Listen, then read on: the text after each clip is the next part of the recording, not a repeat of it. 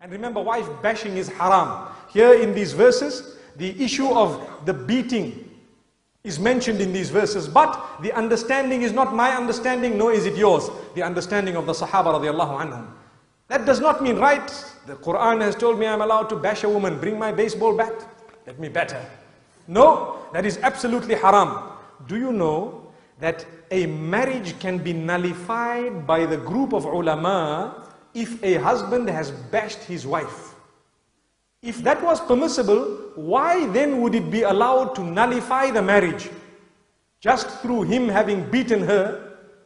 May Allah subhanahu wa ta'ala grant us understanding. So those people who are going around saying the Quran allows a man to beat a woman, they don't know what they're talking about. The Quran says that when, as a last resort, a woman is not listening and she does not want to look at you when you are talking to her, you may draw her attention by tapping her. That is the term.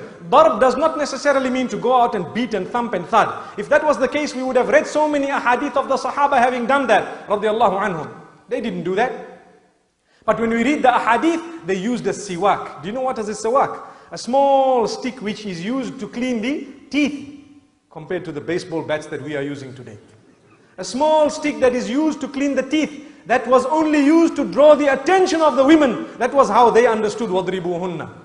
That is how they understood it. So why should we then try and say, no, the Quran doesn't have that verse, when we go and speak to those modernists and those people who want to now delete verses of the Quran? Don't deny it. Say, look, the understanding is the understanding of the Sahaba, and also over and above that, a woman who's been bashed, you have the right to apply to the ulama, to the bodies, to the ulama authorities in the Muslim countries, to the courts, and that marriage will be nullified on those grounds.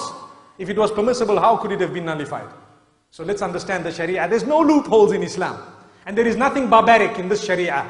That is the law of Allah subhanahu wa ta'ala. Abuse is abuse. And Islam does not tell you to be patient against abuse.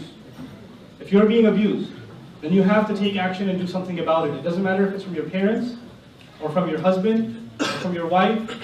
You have to take action, you have to protect yourself. It's a matter of sometimes protecting children. You have to do whatever it takes to protect the children. Safety comes first. And if there are situations of danger, then don't say there's a religious verdict or you're not a good Muslim if you spoke up about it or you tried to do something about it. There's no such thing. That's entirely bogus. It's entirely bogus. There's no such thing.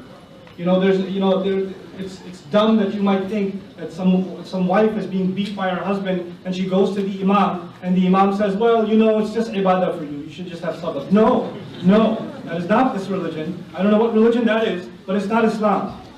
It's not Islam. We have no tolerance in our religion for abuse. There is none. The words of the Prophet ﷺ against abusers are very harsh. The Prophet ﷺ wouldn't even tolerate abuse against an animal. Rasulullah cursed the one who, he saw the smack mark on a donkey, and he said, may Allah curse the one who did this. He couldn't stand an animal being slapped on the face. An animal being slapped on the face. It's not something that we take lightly.